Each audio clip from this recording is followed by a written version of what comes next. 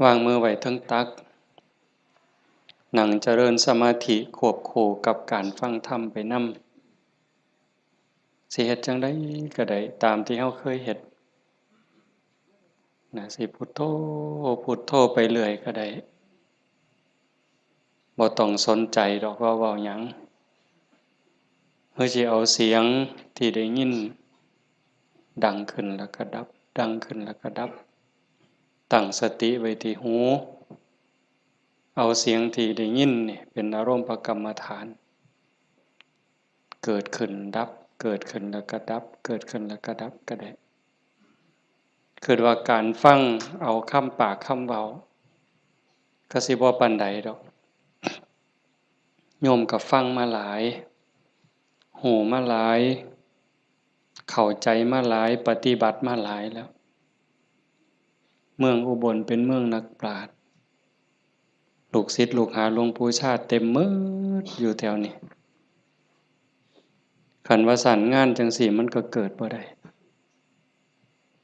ได้ยินอาจารย์สันติเพิ่นเล่าสู่ฟังน้อยๆอาตมาก็รู้สึกว่าดีใจนำอนุโมทนาสาธุโดยเฉพาะเจ้าภาพเจ้าของสถานที่คันเฮาบ่ได้เข้าใจในหลักธรรมบ่มีธรรมะเกิดขึ้นในหัวใจเนี่ยเฮ็ดจั่งใดสิเสียสละได้ปานนี้โยมน้อมจิตน้อมใจเบิ่งเจ้าของเด้แม้กระทั่งญาติโยมผู้มาร่วมประพฤติปฏิบัติคือกัน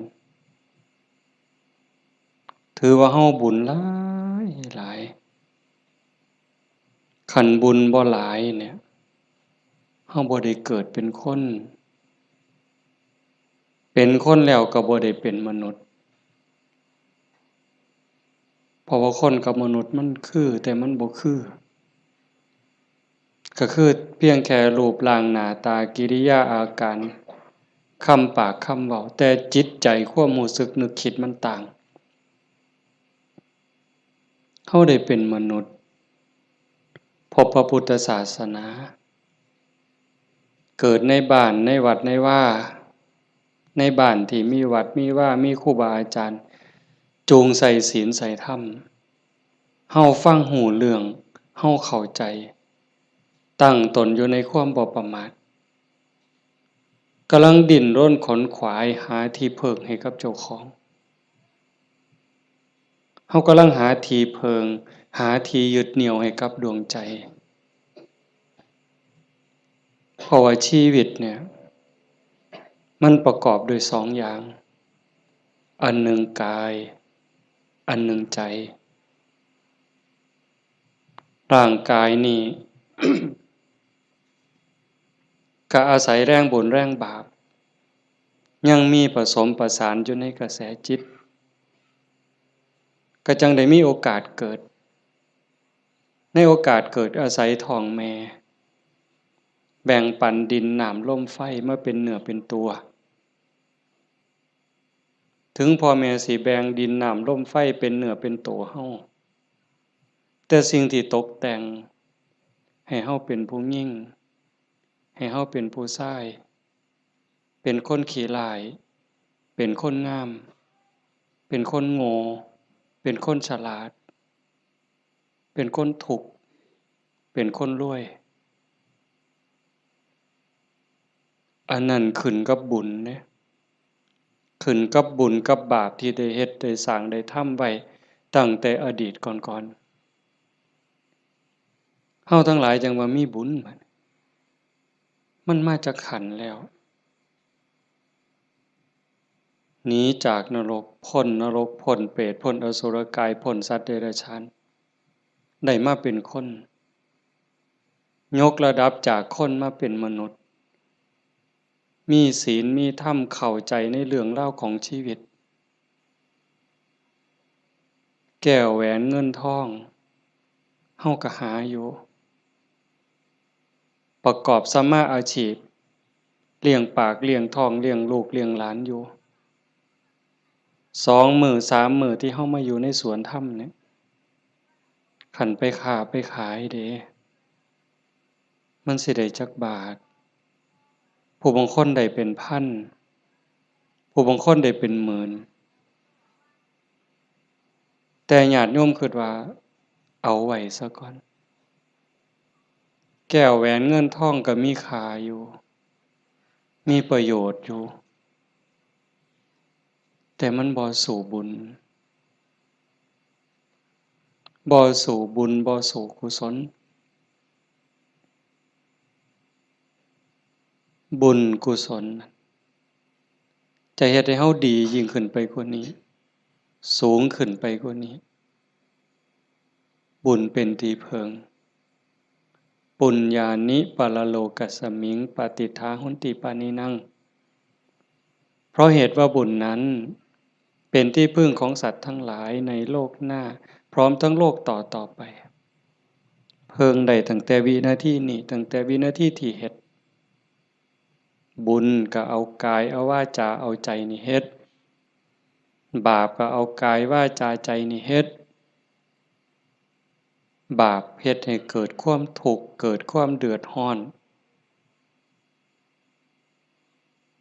คันแม่นเฮ็ดบาปดูๆเฮ็ดบาปบ่อยๆเฮ็ดบาปหลาย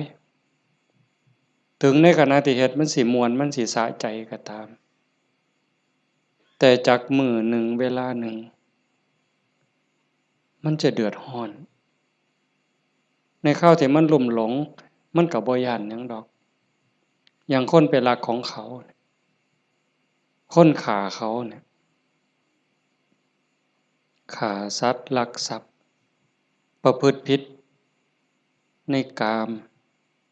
ล่วงเกินลูกหลานสามีภรรยาผู้อื่นนอกใจผัวเมียเจ้าของก็แล้วแต่ขี่ตัวใส่ร้ายป้ายสียุยงให้แตกร้าวสามัคคีตอนเฮ็ดตอนทำตอนกำลังมั่วเมาอยู่นี่ก็บ่ย้านหยังก็คิดว่ามันบ่มีผล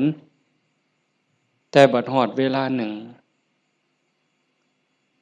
มันจะเกิดความเศร้าหมองเกิดความย้านแต่มาว่าทุกคนเนี่ยแม่นสิปากคำเว้ายืนยันนักแน่นว่าบ่เชื่อดอกว่าบาปมีบุญมีชาติหน้าชาติก่อนนรกสวรรค์บ่มีดอกนั่นก็เว้าแต่ปากซ้อมเบิ่งโลดคันมีคนแนวนั้นอยู่ใกล้เฮาปากว่าบ่ย้านแต่ว่าใจส่วนลึกนี่มันยังมีอยู่วันๆอยู่คือกันบัดยามเจ็บยามไข้คือยามที่บาปกรรมมันตามทัน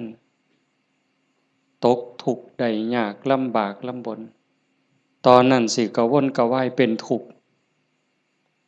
ตั้งแต่ยังมีชีวิตอยู่แต่คันคนที่เชื่อมั่นอยู่แล้วว่าบาปมีบุญมีชาติหน้าชาติก่อนนรกสวรรค์มีคันเผลอไปเฮ็ดบาปปั๊บด้วยความคิดไม่ออกนี่เคยเป็นคิดบ่ดีบ่งามกับพ่อกับแม่กับครูบาอาจารย์พระสงฆ์องค์เจ้าเพียงแค่ความคิดแวบนิดเดียวเศร้าหมองเดือดร้อนทันทีเห็นบ่บ่ได้โดนเลยเด้อากาลิโกเลยเด้เกิดทุกข์เกิดเดือดร้อนทันทีบาปคือความทุกข์คือความเดือดร้อนในปัจจุบันส่งผลไปเรื่อยๆเรื่อยๆคันกำลังบาปมันแห้งมันยังส่งผลอยู่เจ็บไข้ใกล้ล้มใกล้ตายมันก็หลอกหลอนพาจิตตกไปสู่อบายหนักสุดลงสู่นรกเบาลงมาเป็นเปรตอสุรกายเบาอีกเป็นสัตว์เดรัจฉานใส่บาปใส่กรรมอยู่นั่นเบาบางแล้วเมิดเวลากลับมาเกิดเป็นคนอีกเถื่อเศษบาปตามมาพิการหูหนวกตั้งแต่เกิดผู้บางคนตาบอดตั้งแต่เกิด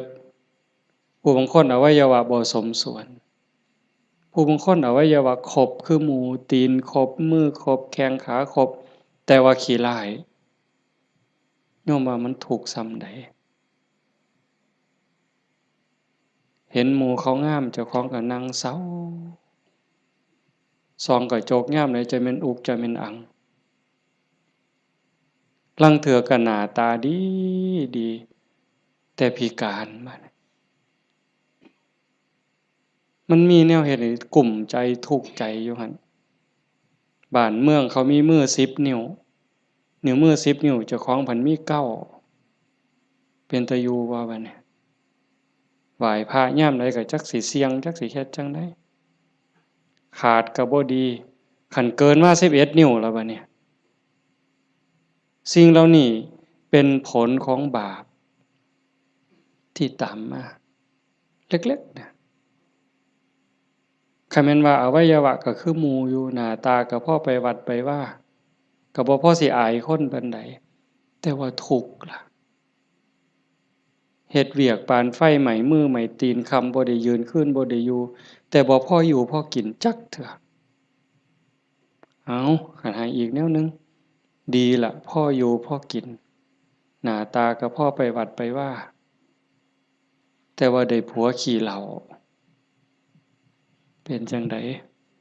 คันสิป๋ามันก็ฮักอยู่ได้เมียปล่อยเก่งบัดนี้เป็นจังไดเจ้าพ่ออยู่บ่บัดนี้ก็ยังว่าคู่กรรมคู่เวรเอาให้อีกก็ได้ผัวก็ดีดีเมียก็ดีดีบอกกันอ้อมแอมอ้อมแอมปานเทวดาแต่ว่าลูกปานผีบัดนี้ผานมันอย่างเดียวนอนก็บ่หลับกลางเว้นก็เป็นทุกข์กลางคืนก็เป็นทุกข์คิดยากแต่น้ำลูกลูกชายก็พอแห้งแล้วลูกสาวก็พอแห้งแล้วนั่นคือผลบาปแต่บุญล่ะบุญเป็นสื่อของความสุขเป็นสื่อของความดีความงาม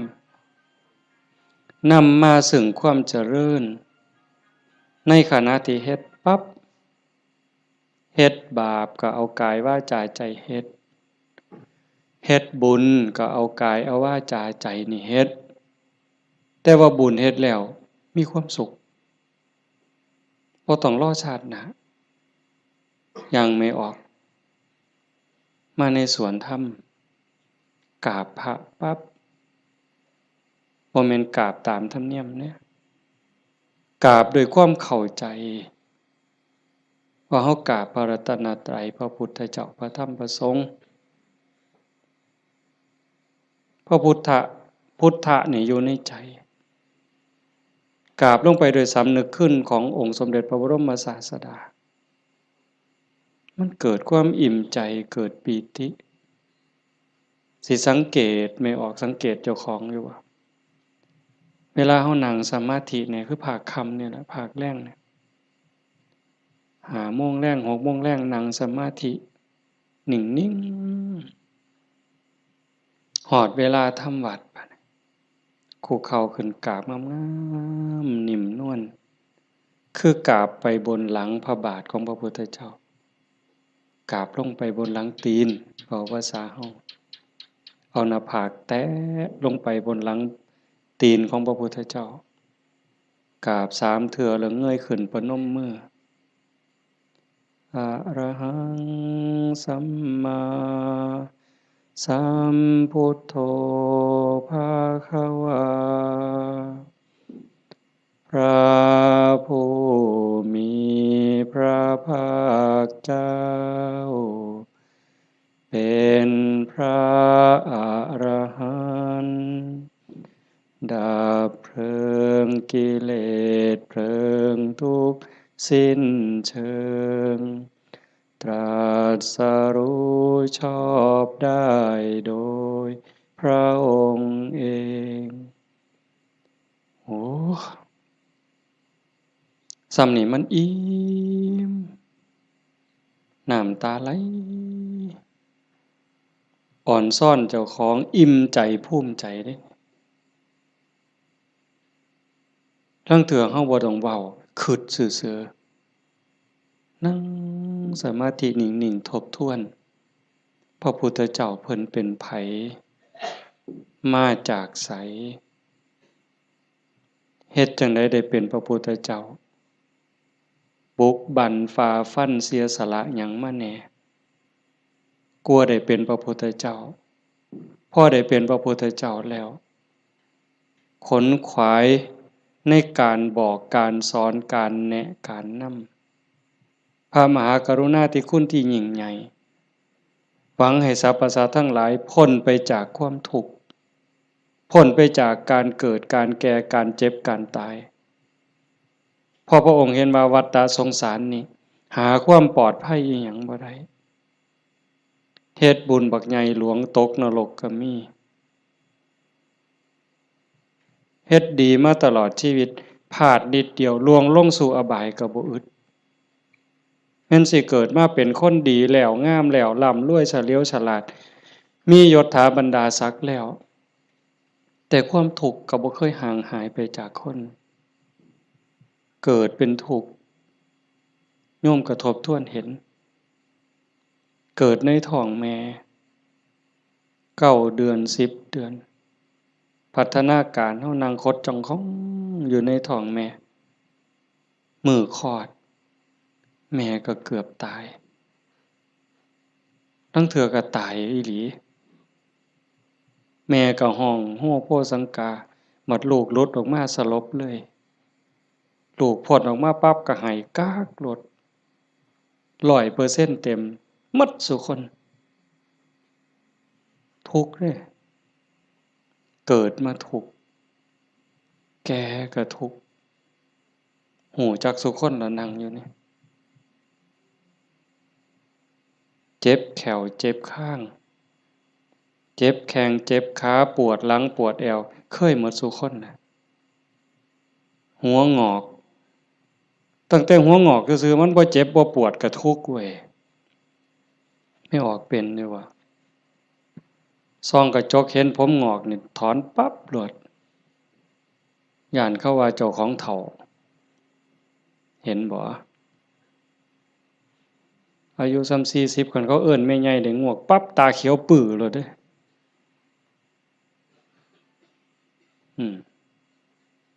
แต่คันอายุ60เขาเอิ้นน้าสาวอายุปานใดล่ะ60โอ้ว่าแต่แม่น45หนูกินฮอดข้าวมาเลยเป็นบ้าเด้นี่ดีใจอะเห็นบ่เฒ่าก็เป็นทุกข์เจ็บก็เป็นทุกข์ตายล่ะคนตายตอนมันตายแล้วมันบ่ทุกข์ดอกร่างกายหั่นแต่ว่าความรู้สึกนึกคิดน่ะมันหั้นย้านตอนบ่ทันตายนี่มันย้านเป็นหยังจังย้านคันคำถามแนวนี้เป็นหยังจังย้านตายบ่มั่นใจในเจ้าของเอ้าที่จริงคันเฮาเฮ็ดบุญเฮ็ดกุศลสร้างคุณงามความดีไว้เพียงพอมันสิย้านเฮ็ดหยังอาตมาคือกันอาตมาย้านตายไม่ออกยังย้านตายอาตมาย้านอาตมาตกนรกนี่หม้องมันแม่นอีหลีบัดนี้คันว่าตายปั๊บอาตมาจะ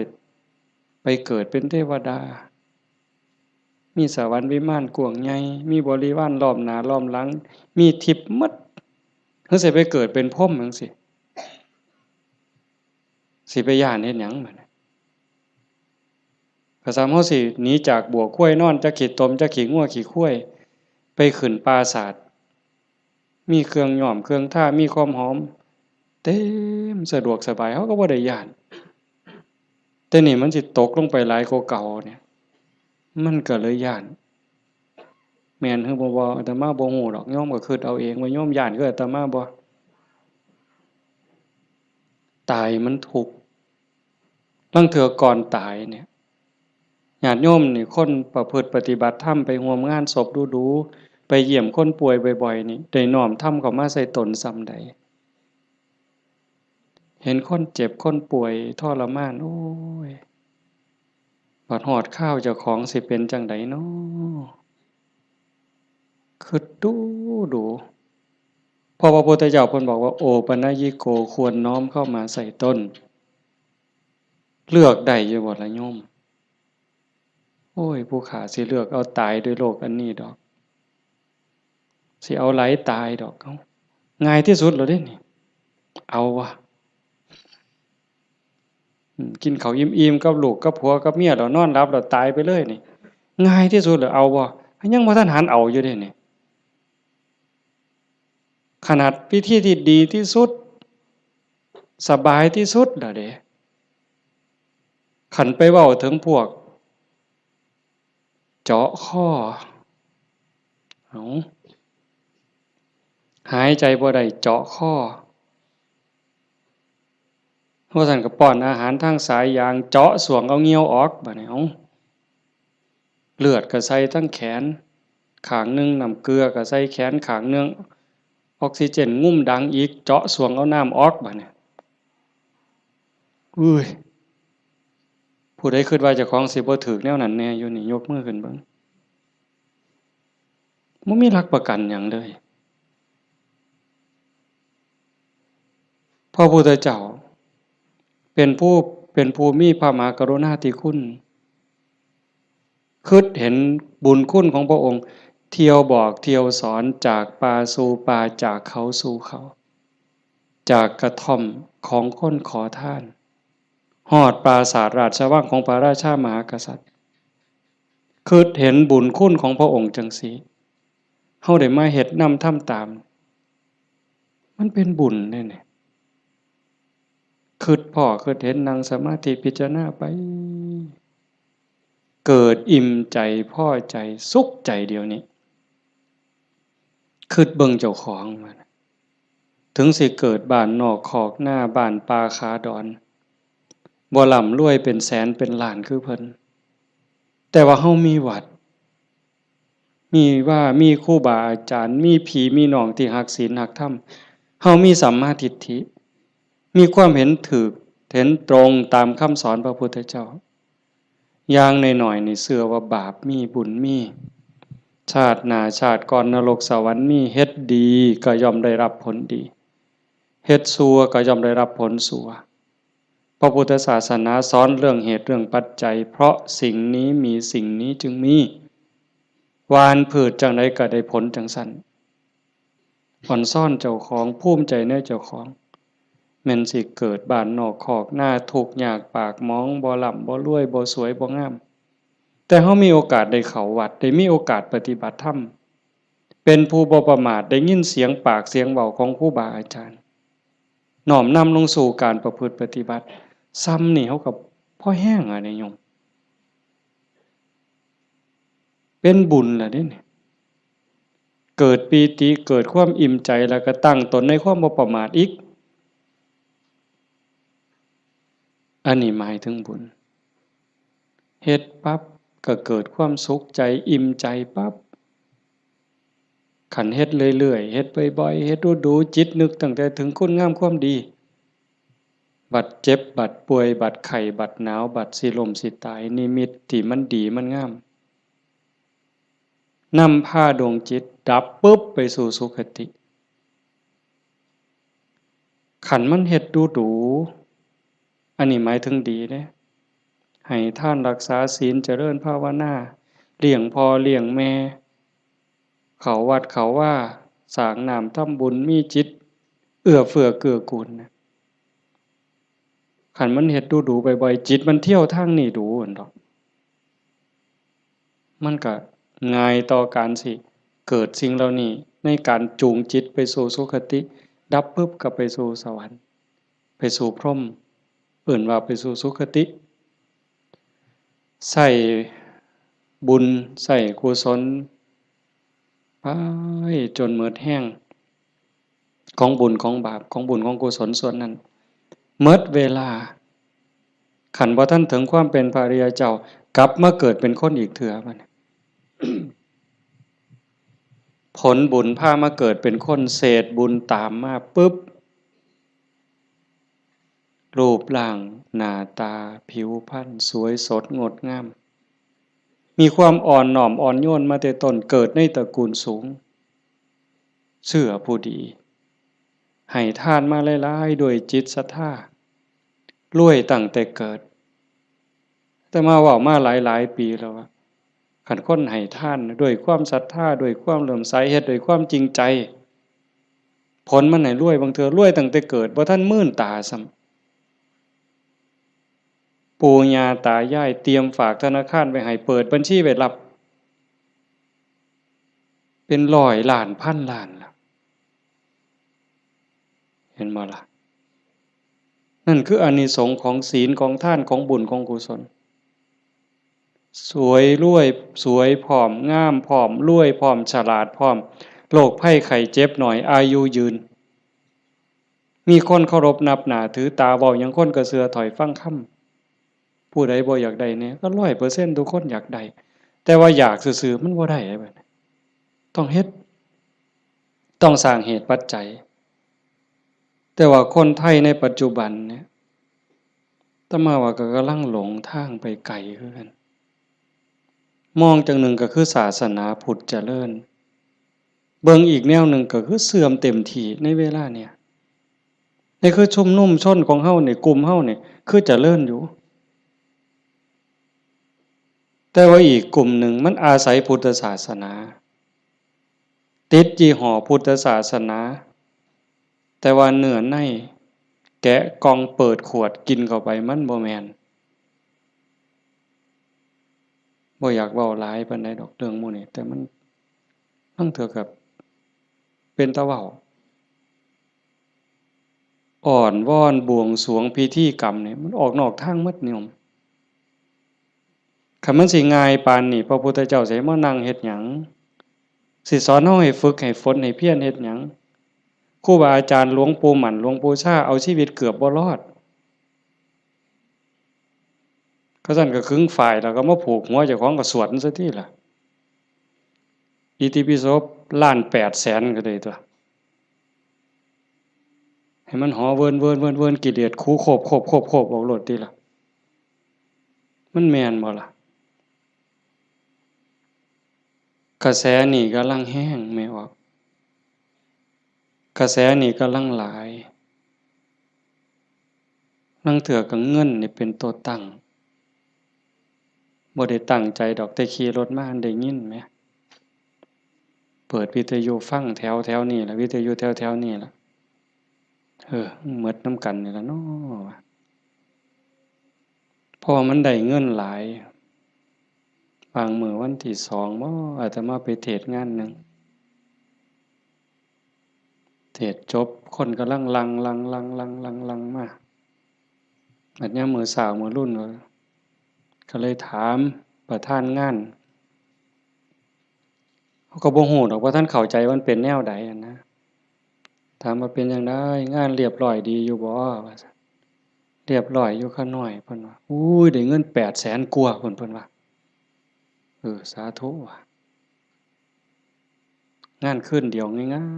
ยๆง่ายๆแจกไม่หีบกันหมดคืนแหมอยากเคาะหมดไว้ก็ออกแบ่งค์ใหญ่ๆอาตมาเชื่อว่าพระพุทธเจ้าบ่สอนแล้วก็บ่ได้พาเฮ็ดแนวนั้นแต่แนวจังซี่นี่แม่นบ่พอออกนอกจากเป็นบุญเป็นกุศลเด้เฮามาเฮ็ดในมื้อนี้เวลานี้เด้นอกจากมาสร้างบุญแล้ว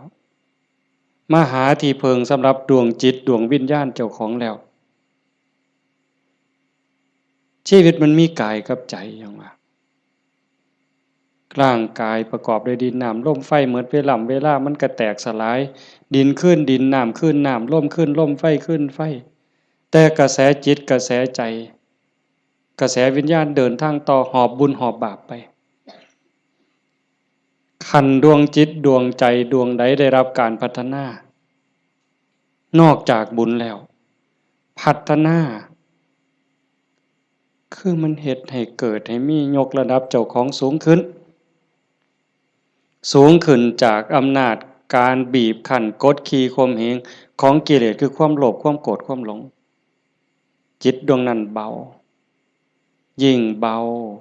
ยิ่งละเอียดยิ่งสูงใกล้พระพุทธเจ้าไปเรื่อยๆเรื่อยๆเรื่อยๆขันใจต่ำก็หมายความว่า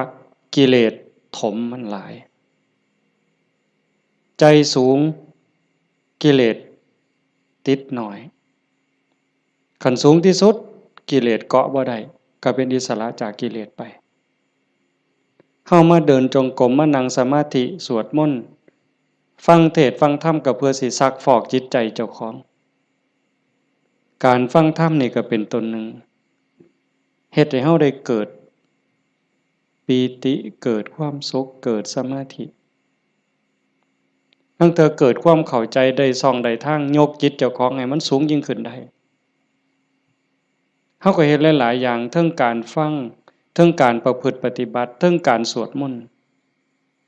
เฮาทำวัดแปลมันยิ่งเห็นยิ่งเข้าใจอย่าเอาเพียงแค่มวลเอาเพียงแค่ความไพเราะอย่างเดียว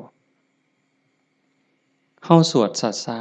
ๆเฮามีโอกาสพินิจพิจารณาถึงความหมายที่เฮากล่าวออกไปแต่ละคำน้อมนึกเห็นพระพุทธเจ้า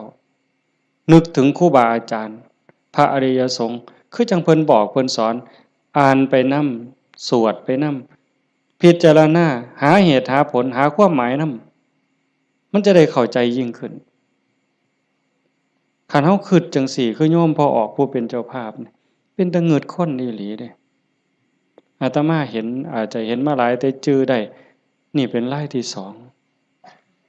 ผู้หนึ่งโยมเพื่อสังขะจังหวัดสุรินทร์เฮ็ดแรกๆเนี่ยเฮ็ดเป็นรีสอร์ทเฮ็ดสวนนี่เป็นรีสอร์ทมีบ้านพักเอาไปเอามาไปปฏิบัติธรรมดูเขาก็คือสิบ่ต่างกับเจ้าภาพเฮาใจตกลงไปในกระแสธรรมหักศีลหักธรรมมั่นใจแล้วว่าอันใดสิเป็นที่เพิงของชีวิตอันใดสิเป็นสมบัติควรสิถือออกจากโลกนี้ก็ค่อยๆเปลี่ยนบัด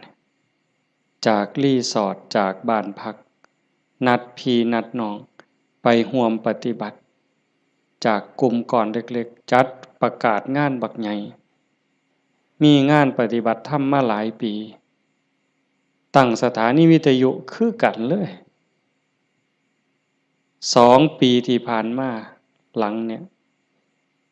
จัดงานปริวาสโยมได้นี่ไม่ออกได้นี่เอาสวนเจ้าของจัดเป็นงานปฏิบัติธรรมนิมนต์พระมาเข้าอยู่ปริวาสกรรมญาติโยมไม่ออกชาวบ้านก็มาร่วมปฏิบัตินำกับพ่อๆกันนี่แหละครับเฮาแต่เพิ่นก็มีพระเสริมเข้ามานี่คือมั่นใจแล้วว่าสิ่งที่สิถือออกจากโลกนี้นอกจากบุญกุศลคุณงามความดียังมีโอกาสได้คัดเกลาจิตใจยกระดับจิตวิญญาณเจ้าของให้สูงขึ้นให้มันสูงขึ้นจากอำนาจของความโลภ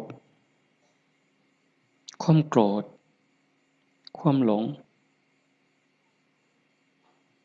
ความอิจฉาริษยาอาฆาตพยาบาทจองเวรหน่อยเนื้อต่ำใจ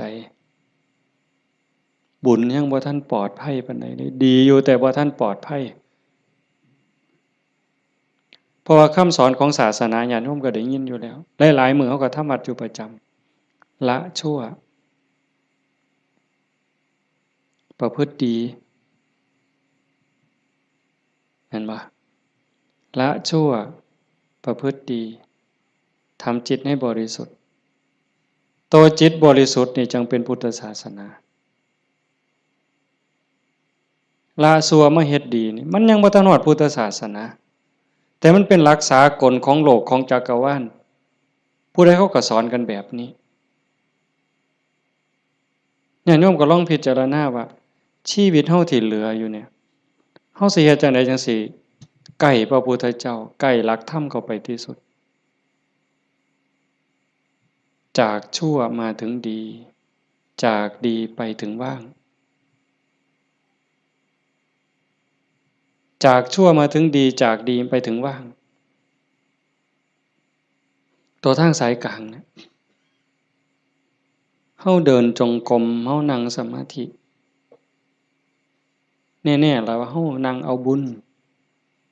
แต่ว่าเหนือกว่านั้นเด้การพัฒนาการยกระดับจิตโยมก็ต้องเบิ่งนำเพราะว่าธรรมะคำสั่งสอนของพระพุทธเจ้ามันปฏิบัติได้บ่จำกัดการสวากขาโตภควตาธัมโมพระธรรมเป็นสิ่งที่พระผู้มีพระภาคเจ้าตรัสไว้ดีแล้วเฮาสวดมนต์ว่าจังซี่ ดีนี่หมายความว่าจังไดดีก็หมายความว่าบ่ชั่วตอบแบบพี่บ่าเว้าเด้ดีคือบ่ชั่วแต่ในความหมายนั้นดีแล้วหมายความว่าบ่ขาดพระพุทธเจ้าสอนไว้ตรัสไว้บ่ขาดแล้วก็บ่เกินพอดีพอดีสำหรับการดับทุกข์สำหรับการสร้างบุญสร้างกุศลสร้างประโยชน์กับส่วนรวมแล้วพอดีสำหรับการดับทุกข์บ่ต้องเติมเข้าไปอีกแล้วก็บ่ต้องเอาออกคำสอนเนี่ยบ่ต้องเอามาเติมคันพวกมาเติมกลายเป็นสัตว์ทำปฏิรูปเป็นของปลอมไปมองศาสนาสิฟั่นเฟื่อนมองเฮาสิหลงทางเสียเวลาของชีวิตเฮ็ดไปก็เสียเงินเปล่าเสียเวลาเปล่านั่นคือมันเป็นสัตว์ทำปฏิรูปเป็นของเกินเป็นของไร้สาระแต่ว่าเติมเข้ามายัดใส่พระโอษฐ์ของพระองค์ว่าอันนี้พระพุทธเจ้าตรัสนี่คือเหตุการณ์หลายๆอย่างอยู่ในเวลานี่ในสังคมชาวพุทธเฮาบ่ขาดแล้วก็บ่เกินสวากขาโตภควตาธัมโมพระธรรมเป็นสิ่งที่พระผู้มีพระภาคเจ้าตรัสไว้ง่ายแล้วนอกจากดีแล้วก็ง่ายนำเพียงจังว่าง่าย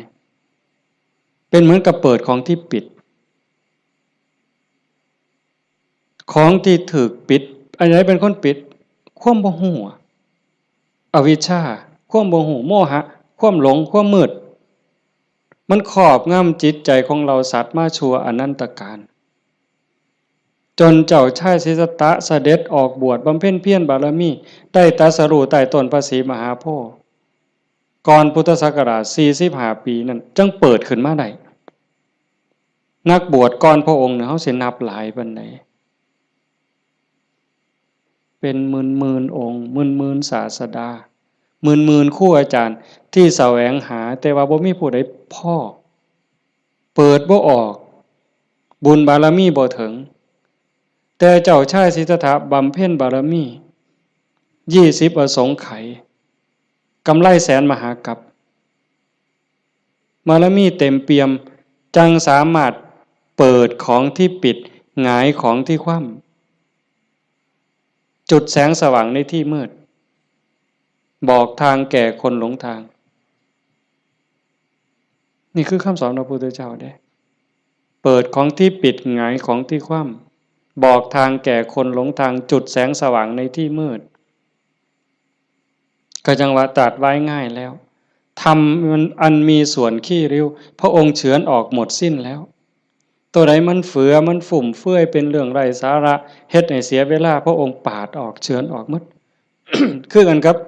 ใบใหม่เมิดป่าแต่พระองค์นำมาสอนซ้ำกับกำใหม่ในมือใบใหม่ในกำมือเนี่ย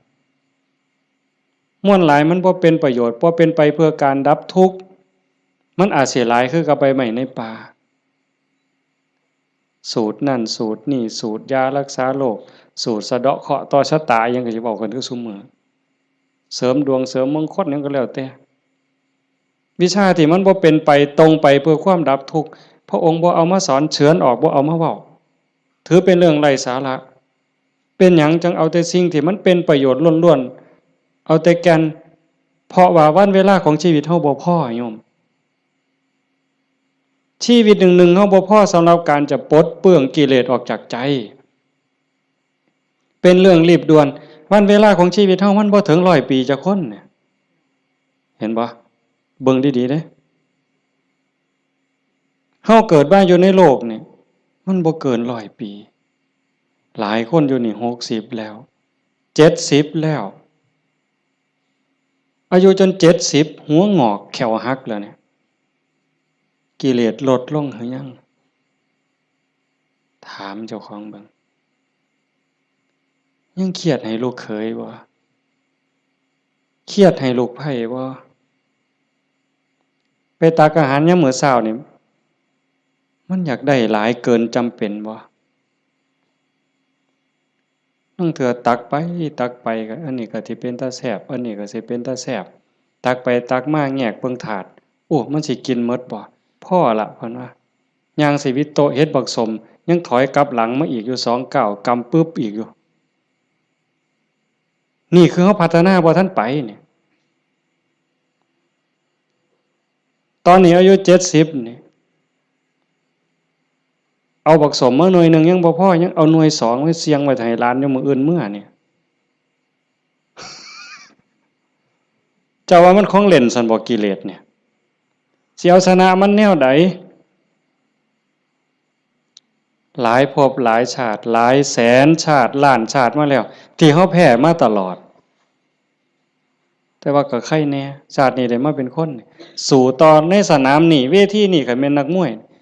นี่คือเวทีแก้มือแม่ว่านัดล้างตาคันแม่นการแก้มือกันเป็นกีฬาหยังก็ตามนี่เป็นไฟหนึ่งเป็นเกมหนึ่งที่เฮาสิเอาชนะมันแต่ตอนนี้จากยกแรกมาจนฮอดยก5นี่เฮาถึกมาสะบักสะบอมเนี่ยนับ8ก็หลายรอบแล้ว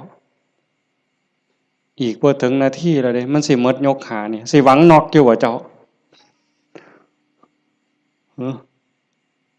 สิถึกศอกกลับเขามิดอ้อยซอยอีกยกนึงบ่จักนี่ต้องเบิ่งให้เห็นเด้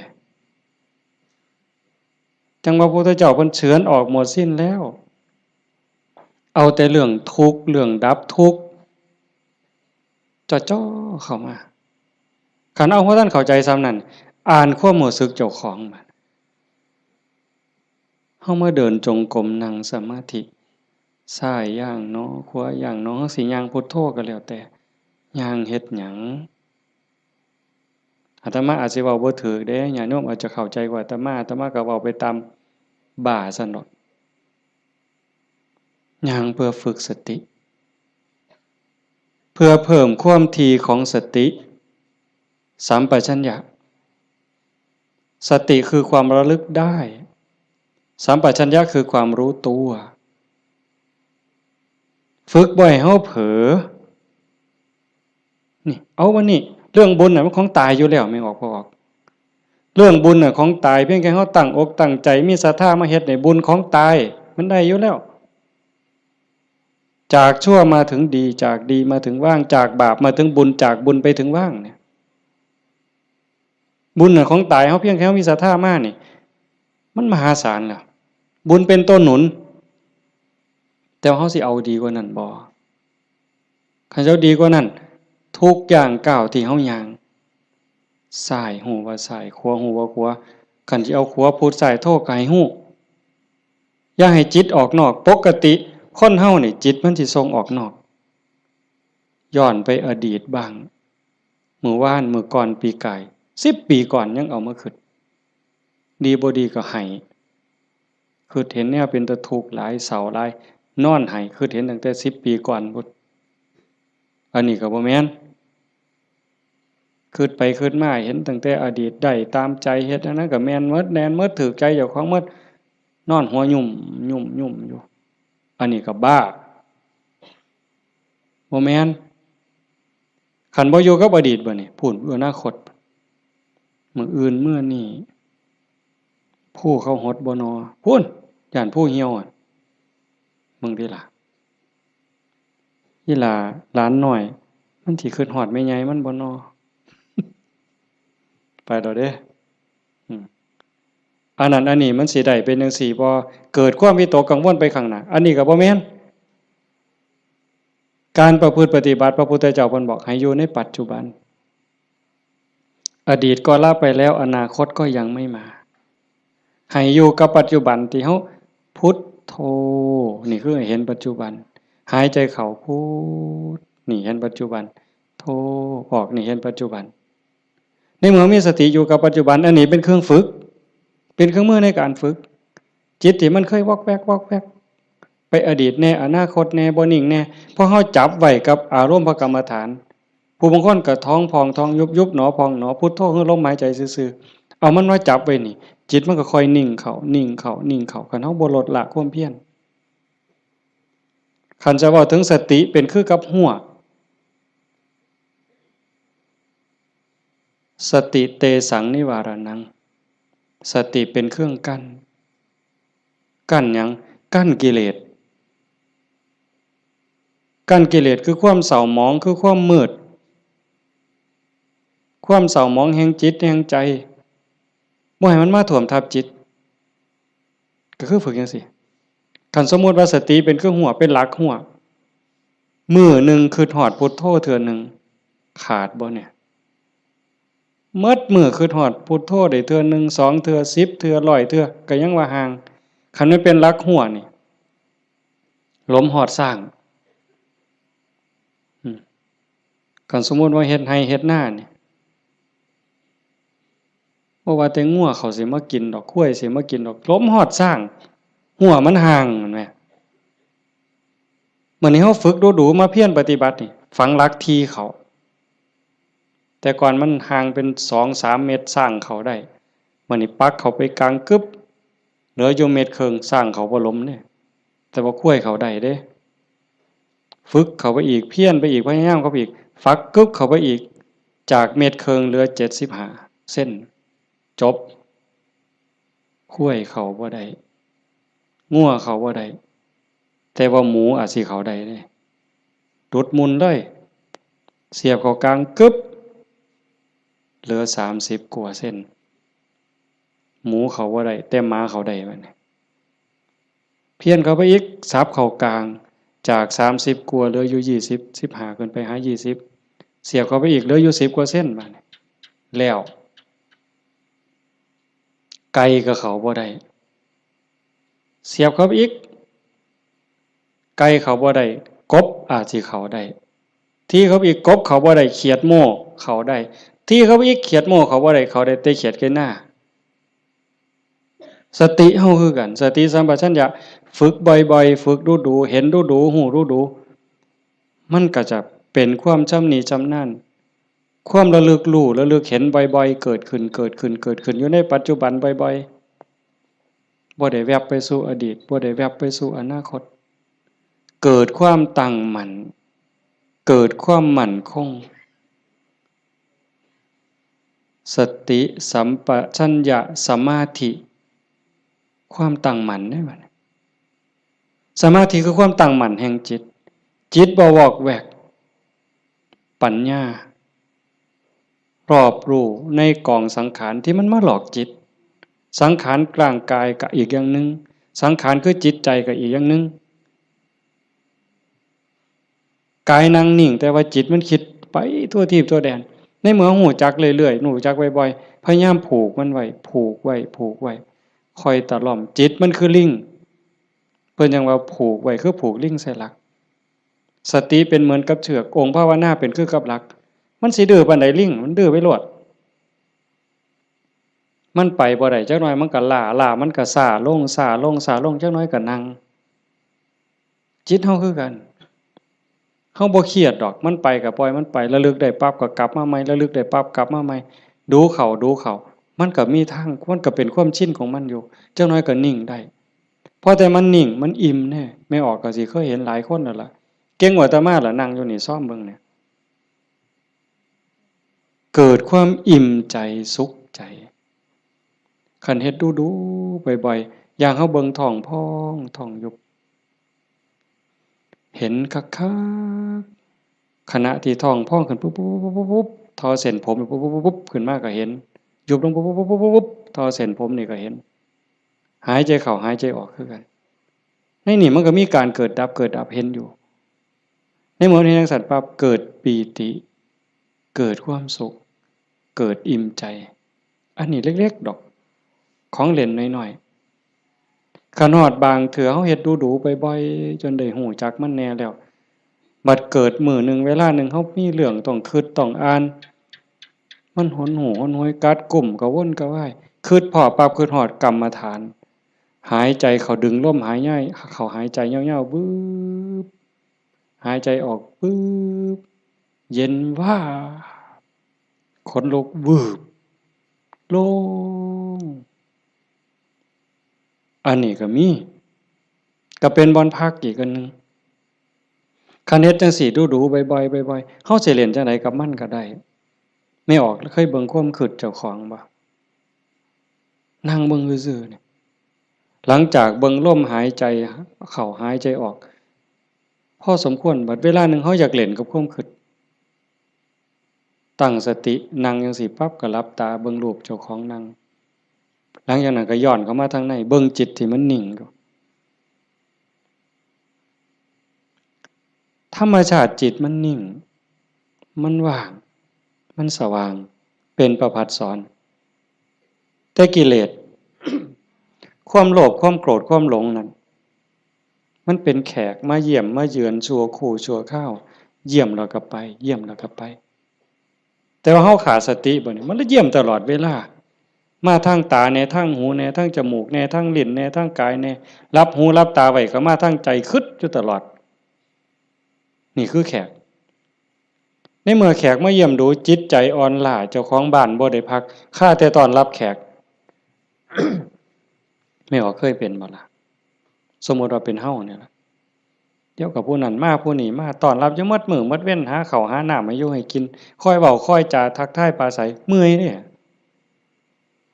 คนบ่ได้พักก็เมื่อยก็ล้าใจบ่ได้พักก็คือกันเดี๋ยวก็โลภเดี๋ยวก็โกรธเดี๋ยวก็หลงเดี๋ยวก็ฮักเดี๋ยวก็ชังเดี๋ยวก็ย้านอยู่หั่นแต่คันเฮาได้เฮ็ดสมาธิได้ภาวนาจิตมันได้พักเป็นพักเป็นพักเกิดความหนักแน่นมั่นคงเด้เวลาที่จิตเฮามีสมาธิเกิดความหนักแน่นแม้นมันบ่เป็นสมาธิแบบที่เฮาเว้าถึงกันจนว่านิ่งสว่างดับไปเป็นชั่วโมง2ชั่วโมงเป็นมื้อเป็นเว้นก็สร้างเพียงแค่เฮาเห็นลมเข้าลมออกเนี่ยคือเห็นพุทโธติดต่อกันจัก5นาที10นาทีมันมีแห้งแท้เด้ไม่ออกหลายคนเป็นอยู่มั้งเห็นพุทโธลมเข้าก็พูดลมออกก็โธต่อกันจัก5นาที10นาทีนี่มันเกิดความมั่นคงในใจคันแม่นกกเสานี่ก็ซ้ำเสาปูนแล้วอยู่บ่ติงเด้จิตใจบ่หวั่นไหวนักแน่นมั่นคงโยกบ่ได้เห็นบ่แต่คันไปกว่านั้นบัดน่ะอ่านเบิ่งความคิดคิดปั๊บฮู้ปั๊บคิดปั๊บฮู้ปั๊บคิดปั๊บฮู้ปั๊บเฮานั่งจังซี่คือกันไม่ออกคันสมมุติว่าเฮาพุทโธพุทโธแล้วมันมักคิดเอาแนวใหม่เอ้ามึงคิดกูสิเบิ่งบัดนี้บ่พุทโธแล้วเซาพุทโธคิดปั๊บฮู้ปั๊บคิดปั๊บฮู้ปั๊บบ่คิดต่อมันเด้บ่คิดซอยมันฮู้มันซื่อๆมันเซาเด้ฮู้ปั๊บมันเซาเลยเด้มันอยากอายซ้ำกับลูกกับหลานสิไปลักกินของเนี่ยเสียงตาน้อยเบิ่งหดมือปั๊บโลดเด้เป็นแนวนั้นเบิ่งความคิดอันนี้ก็ตัวหนึ่งเอาไปเอามาฮู้ขบวนการกันแรกๆตั้งเทื่อมันคิดไปแล้วสมมุติคือเขียนหนังสือนี่บออานอบานไม่โทบ้านบออุบออัวบัวออามองามฮอดพุ่นจังคิดออกฮอดม่อมาแล้วโอ้ยคิดไปหยังฮอดพุ่นตั้งสติไหมมันเขียนไหมมันอาจสิฮอดงออาบ่ทันได้ม่อมาฮอดสระปั๊บฮู้ปั๊บคันฮู้รู้มันสิสั่นเข้าได้บัดแต่คันแรกๆปั๊บมันฮอดงออามองามบ้านบัวงามมันเฮาตั้งสติดีๆเอาก่อนมันมาฮอดม่อมาเนี่ยมันว่าหยังก่อนสระอาก่อนสระอาเด้งองูก่อนงองูเด้วอแหวนก่อนวอแหวนมหานากาศก่อนมหานากาศบอใบไม้ไล่ถอยกลับมาลุ้นไปอีกสั่นเข่าคิดปั๊บหูปั๊บคิดปั๊บหูปั๊บการปรุงแต่งของจิตของสังขารมันไปบ่ได้ไกลเพราะหูมันอยู่จอบมันอยู่จากไปหอดบ้านบัวงามมันต้องบัดสุดท้ายมันหอดเพียงแค่บออาเพราะท่านไม่โทษสั่นเข้ามาหอดบอใบใหม่มดโตเบิ่งดูบอใบใหม่เพียงแค่ขอดหัวหูจักหยุดปุ๊บเป็นได้แนวนี้ก็เป็นตรงมันว่างตรงมันนิ่งตรงนี้กิเลสบ่มานั่นคือจิตเดิมๆสะอาดบริสุทธิ์ บ่พาเจ้าของทุกข์เข้าใจได้เลยว่าคำสอนของพระพุทธศาสนาสูงสุดเพื่อบ่ทุกข์คำสอนของพระพุทธเจ้าทั้งหมดเป็นไปเพื่อดับทุกข์เป็นไปเพื่อพ้นทุกข์จังว่าความว่างจากความยึดมั่นในความเป็นตัวเป็นตนในสิ่งที่ใดที่มีที่เป็นเฮาประพฤติปฏิบัติจังซี่คือกันเดินจงกรมนั่งสมาธิเพื่อเจริญสติสัมปชัญญะปัญญาสมาธิให้มันหูเท่าทันในเมื่อกิเลสเกิดมากระทบกิเลสคือความทุกข์คือความเดือดร้อนความเศร้าหมองต่างๆมันจะเกิดขึ้นกับจิตกับใจมันมาทางใดๆมันมาทางตามันเข้าทางตาเข้าทางหูทางจมูกทางลิ้นทางกายทางใจเพิ่นเอิ้นว่าอายตนะอายตนะเป็นเครื่องเชื่อมต่อภายในก็มี6ภายนอกก็มี6ตามันเป็นคู่กับรูปหูเป็นคู่กับเสียงจมูกเป็นคู่กับกลิ่นลิ้นเป็นคู่กับรสกายเป็นคู่กับสัมผัสใจเป็นคู่กับอารมณ์มันใส่ตาใดเข้าทั้งตาใดมันเข้าทั้งตาใส่หูใดมันเข้าทั้งหูใส่ดังใดมันเข้าทั้งดังใส่ลิ้นใดเข้าทั้งลิ้นรับหูรับตาไว้มันเข้าทั้งใจพี่เฮาฝึกสติสัมปชัญญะเพื่อให้อยู่กับปัจจุบันให้มันเท่ามันทันให้มันเร็วเวลาเกิดการกระทบตาเห็นรูปปั๊บตาบ่บอดมันต้องเห็นตาบ่บอดมันต้องเห็นเป็นเรื่องธรรมดาเห็นปั๊บเฮ็ดจังไดบัดนี้เฮ็ดจังไดในเมื่อตาเห็นรูปปั๊บเฮาสิรักษาใจบ่ให้มันหักบ่ให้มันสั่งบ่ให้มันดีใจบ่ให้มันเสียใจนี่คือตัวปฏิบัตินี่คือทางสายกลางเห็นปั๊บให้ใจเป็นปกติคือบ่ทันเห็นคือกับเฮานั่งเบิ่งพุทโธพุทโธตาเห็นปุ๊บหูปั๊บแต่ว่าให้นิ่งอยู่คือเก่าอย่าให้เกิดดีใจเสียใจอย่าให้เกิดหักเกิดสั่งขันมันจำเป็นสิต้องจัดการกับสิ่งที่เฮาเห็นก็เฮ็ดด้วยจิตเป็นปกติสมมุติว่าขึ้นไปตั้งเฮือนมีขี่ไก่ไปด่าไก่ก็บ่แม่นอีกปล่อยให้ไก่ก็บ่แม่นอีกละคิดเป็นตาสร้างไก่ก็บ่แม่นอีกละบ่ถูกหมดเฮ็ดให้จิตเป็นปกติยากอยู่ได้บ่ง่ายจักเม็ดไม่ออกย้อนเฮาเฮ็ดบ่ได้นี่เฮาจังเกิดจังตายเที่ยวตกนรกเป็นเปรตอสุรกายเที่ยวขึ้นสวรรค์เที่ยวลงนรกอยู่นี่ย้อนเฮ็ดจิตเป็นกลางบ่ได้เห็นขี่ไก่ก็สิไปสั่งไปด่าไก่แต่คันเห็นเงินแบ่งพันถิ่มอยู่เป็นจังได๋บัดมันสิว่าดีใจที่ล่ะว่าติอันนี้ก็บ่ถูกดีใจพอใจก็บ่แม่นให้จิตเป็นปกติคันสิจับสิหยิบมันมีเจ้าของบ่ก็หยิบไปหาเจ้าของเอาเก็บไว้ซะก่อนก็จังค่อยไปกราดหาเจ้าของก็บ่คิดว่าสิเอาจังซี่คือกันคันบ่มาทางตาล่ะมันมาทางหูบัดนี้สมมุติว่าเขาด่าปึ๊บได้ยินเสียงด่ามาเฮ็ดจังได๋สิเฮ็ดใจเป็นปกติบ่เสียใจบ่น้อยใจคันพวกเพิ่นปฏิบัติเนาะเพิ่นจังว่าได้ยินเนาะเอาสติไว้ที่หูเกิดขึ้นที่หูก็ดับลงที่หูได้ยินเนาะบ่ให้ราคามันเถาะบ่ให้ราคาเลยบ่ดีใจนำบ่เสียใจนำเสียงก็สักว่าเสียงบ่แม่นสัตว์บุคคลตัวตนเราเขาเว้าง่ายแต่ว่าเฮ็ดยากที่สุดก็ย้อนเฮาฝึกบ่ทันพอคันผู้ฝึกได้แล้วก็เย็นคือเก่าเด้คือหลวงปู่ชาเพิ่นว่าผู้ที่ฝึกบ่ทันได้คือบ่ทันเข้าใจคนด่าย่างไปเช้าก็ด่าไปยามแลงก็ด่าเห็นยามใดด่ายามนั้นก็ไปเครียดให้มันเป็นหยังด่ากูเพิ่นว่าหมัดมื้อนึงเขาว่าอย่าไปหัวซ่ามันเด้อผู้มันด่าคนเนี่ยมันเป็นบ้าตัวเศร้าเครียดเศร้าซังนั่นคือจิตเป็นกลางแล้วกลับคืนสู่ฐานเดิมของมันคันเขาให้เขาด่าเขาจมให้เฮาบ่ฮู้ทันวางจิตบ่เป็นก็ไปเครียดไปขมหาทางตอบแทนสิเอาคืนจองกรรมจองเวรไว้แต่คันท่าย่องแล้วบัดเนี่ยเป็นจังไดบัดถ้าคำย่องคำย่อมาก เฮาก็ดีใจก็บวกฟู่ขึ้นบ่ถือคือเก่าเสียใจก็บ่ถือดีใจก็บ่ถือแต่ให้จิตเป็นกลางๆนี่คือข้อปฏิบัติธรรมชาติจิตเป็นจังซั่นมันบ่เคยฮักไผมันบ่เคยสร้างไผ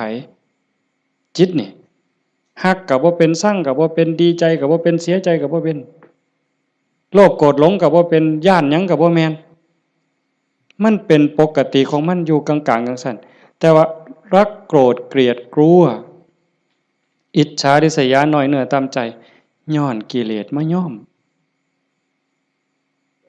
แขกมาเยี่ยมเนี่ยมันพาเจ้าของบ้านป้วงเดี๋ยวนี้ก็ซ้ำกับเฮาอยู่เฮือนธรรมดานี่แล้วเคยเห็นอยู่ตัวบางปีใหม่นี่ลูกหลานเฮาอยู่เฮือนธรรมดากับพ่ออยู่บัดหมู่มาชวนกินเหล้ามันก็เมาอยู่เฮือนเฮาหั่นแหล้วเป็นจังได๋ซั่นพาเจ้าของบ้านป้วงเลยให้เฮารักษาใจเจ้าของให้เป็นปกติเฮาประพฤติปฏิบัติเพื่อสิ่งนี้เด้โยมตาเห็นก็ให้รักษาใจไว้ปกติหูได้ยินก็รักษาใจไว้ให้เป็นปกติจมูกได้กลิ่นหอมเหม็นก็ปกติลิ้นได้รสก็ปกติแซ่บบ่แซ่บนัวบ่นัวก็ปกติคันมันสิเติมก็เติมไปที่ละน้ำปลานั่นสิเติมเกลือก็เติมไปที่แต่อย่าไปคิดสั่งแม่ครัวอย่าไปจมให้เขาหนาวร้อนมันหนาวมากก็แม่นว่าสิทนกรรมฐานนี่บอกว่าให้ปล่อยว่างหนาวก็สิเสืออยู่ซื่อๆบ่ห่มมันดอกผ้านี่ก็แล้วแต่ว่าธรรมชาติมันก็ให้ห่มแต่ว่าก็อย่าทุกข์อย่าเดือดร้อนรักษาใจเป็นปกติคันบ่จังซั่นนี่คนมันติดชั่วก็ติดได้ไหมออกดีก็ติดชั่วก็ติดแม่นบ่หมู่เจ้าว่าเฮาไผสิเถียงสมมุติว่าตาเนี่ยมันก็บ่แม่นว่ามันสิมักแต่ของถูกใจมันเด้บ่แม่นแต่สิถูกตาแล้วมักเบิ่งได้สมมุติว่าเห็นผู้สาวเห็นผู้บ่าวเห็นคนงามที่เฮาพอใจบ่แม่นเฮาสิเบิ่งแต่คนที่เฮาพอใจเด้คราวเดียวก็เหลียวเบิ่งก็ดีใจโอ้ยงามเนาะโอ้ยพอใจเนาะบ่แม่นแต่จังซั่นอันคนผู้เฮาสั่งนี่แม่นออกเคยเป็นบ่โอ้ยสิแม่นกูสั่งปานตาสิแตกเพิ่นว่าสร้างปานตาสิแตกแต่ว่าแม่นเบิ่งบ่เศร้าเนี่ยเคยเป็นบ่หมู่เจ้าบ้าหือดีซั่นคันว่าเป็นตาสร้างกูบ่อยากเห็นก็อย่าไปเบิ่งอีกติล่ะเพียงจังเบิ่งบ่เศร้าซั่นเห็นบ่นี่คือมันโง่อาตมาผู้หนึงล่ะโง่แนวเนี้ยผู้ใดเศร้าโง่เนี่ยสาธุนำเด้อว่ามันเป็นตาสร้างยังไปเหลียวเบิ่งดูอยู่เอาดังบัดนี้ทั้งจมูกเนี่ยกับมันเป็นว่าคนมักหอมติดหอมอย่างเดียวได้ไม่ออกผู้เจ้าเป็นบ่ติดเหม็นไหมปลาแดกไหมปลาแดกเหม็นนี่ฮะว่าปลาแดกหอมเนี่ยตำบักฮวงคือสีแสบเปล่าวะนักก็ไปกว่านั้นเล็บตีนสักโอ้ยบ้าหือดีกิ่มเล็บตีนสักออกมาเหม็นแทนที่สิทิมนะดมเว้ยดมเท่านึงกับบ่ว่าเด้ดมเท่าสองบ่แล้วแงกหน้าแงกหลังมีผู้เห็นกูบ่นอเพิ่นว่าลี่ดมได้นั่นเมืองอุบลเป็นอยู่วะอย่าจะเป็นแต่ศรีสะเกษเอาไว้โอ้ยแทนที่สิเอาถิ่มเนาะแต่มาว่าแงกหน้าแงกหลังเทื่อที่3ที่4บ่มีคนเห็นดมอีกสักเทื่อก่อนจังถิ่มนั่นใส่ว่ามาของหอมว่างจิตเป็นกลางบ่ได้นี่สติปัญญามันบ่พอเห็นบ่อย่าว่าแต่แสบบ่แสบเลยนัวบ่นัวเลยสัมผัสคือกันเย็นห่อนอ่อนแข็งใจคือกันเนี่ยมันบ่ดีคิดแล้วเฮ็ดเจ้าของเป็นทุกข์คิดพ่อเฮ็ดเจ้าของห้องไห้น้ำตาหลั่งน้ำตาไหลก็ยังมีโอกาสนอนมือกายหน้าผากคิดฮอดแล้วก็น้ำตาไหลสะอื้นอยู่ผู้เดียวบ้าคักๆเนี่ยเด้คนเนี่ยคันแนวมันถูกใจเจ้าของก็นอนคิดเห็นแล้วก็หัวยุ่มอยู่ผู้เดียวพลิกไปพลิกมาจนเก็บไปฝันนะเว้ย นี่คือจิตมันฝึกบ่ทันใดไม่ออกโยมพอออกเพิ่นพาเฮาเฮ็ดงานปฏิบัติธรรมเสียเวลาเสียเวลาย่อมสละสถานที่เงินทองพร้อมเพื่อเอาบุญให้เจ้าของส่วนหนึ่งแล้วก็เพื่อยกระดับจิตใจเจ้าของส่วนหนึ่งแล้วก็เห็นว่าทุกคนคือพี่คือน้องเปื้อนร่วมทุกข์เกิดแก่เจ็บตายทุกคนเคยเป็นพี่เป็นน้องเป็นญาติสายโลหิตเป็นสามีภรรยากันมานับภพนับชาติบ่ถ้วนชาตินี้ชีวิตนี้ได้เข้าใจในหลักธรรมคำสอนของพระพุทธองค์กหวังให้เกิดประโยชน์สูงสุดส่วนหนึ่งเราก็ฉลาดบักคักถ้ามาเสือสู่คนที่นั่งอยู่นี่แบ่งบุญเล่าได้เรากินเปอร์เซ็นต์หมู่เจ้าได้เนี่ยเป็นพ่อค้าซ้ำนะหัวพ่อค้ายังมีอยู่นี่แม้แต่เฮ็ดบุญเด้ถ้าเบิ่งมื้ออื่นทราบบัดสิมื้อนี่บัดสิมื้อนี่จากโอ้ยอนุโมทนาสาธุเด้อนำพ่อใหญ่เด้อพ่อใหญ่ก็สาธุเอาหมดให้เจ้าได้บุญหลายๆจะแม่นอ่อนซ่อนเจ้าเห็นบ่เปอร์เซ็นต์ที่เราได้นำหมู่เจ้าเนี่ย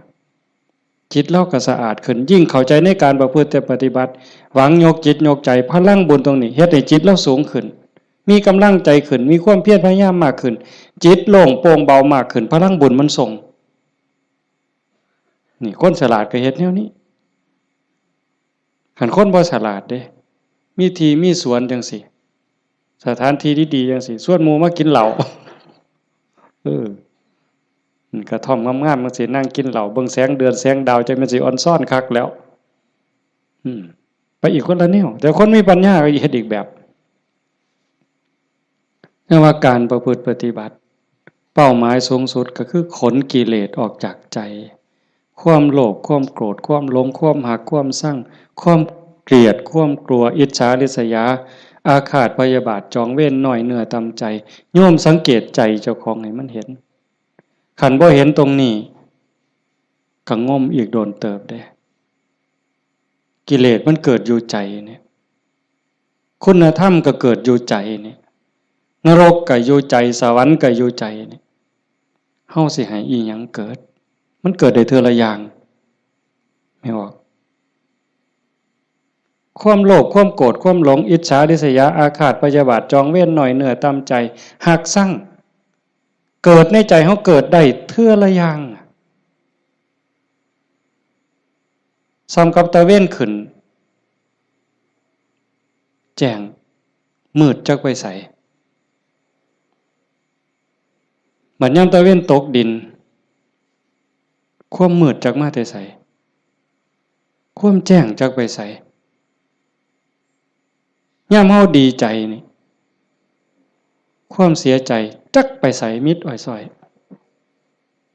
ยามเฮาสร้างขึ้นมาฮักกับมิดอ้อยส้อยผัวเจ้าของนี่ล่ะเคยเป็นบ่ผัวเจ้าของเมียเจ้าของนี่ฮักปานสิกลืนกินแพงกับแพงแต่บัดยามสร้างมาแล้วบ่โธ่ฮักจักไปไสจนขากันตายแล้วเว้ยเห็นบ่อยู่นำกันจังซี่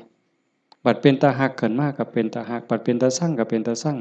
จังว่าใจเฮามันได้เกิดขึ้นได้เทื่อละอย่างเทื่อละอย่างแล้วเฮาใส่อีหยังเกิดขึ้นกับใจเฮาบัดนี้ผู้มีธรรมก็อยากให้ความดีเกิดความดีใจความภูมิใจจิตที่มีเมตตาต่อกันหวังดีต่อกันอนุโมทนายินดีนำในเมื่อผู้อื่นเขาได้ดียามเมื่อคนอื่นเขาทุกข์ยากลำบากซอยเหลือบ่ได้ก็ให้มีอุเบกขาให้ถือว่าเป็นกรรมของสัตว์พอซอยเหลือได้ก็ซอยเหลือคันเฮาจอบเบิ่งจังซี่ใจเฮามีอีหยังเกิดขึ้นปั๊บก็ฮู้จักคืออาตมาเว้าตอนกลางๆนั่นว่าคิดปั๊บฮู้ปั๊บคิดปั๊บฮู้ปั๊บอันคือเฮ็ดให้มันว่างแต่คันเฮาจอบเบิ่งมันมีอีหยังเกิดขึ้นก็ฮู้คันมันเป็นเรื่องบ่ดีบ่งามก็บ่ทรงบ่บวกบ่ทรงมันต่อบ่ร่วมคิดกับมันบ่ร่วมขบวนการกับมันเฮาจะเห็นซ่อมเบิ่งคันอยากฮู้ว่าเจ้าของเป็นคนแนวใดก็จอบเบิ่งใจเจ้าของนี่เป็นคนขี้อิจฉาบ่เป็นคนขี้โลภบ่ เป็นคนขี้โกรธบ่เป็นคนขี้น้อยใจบ่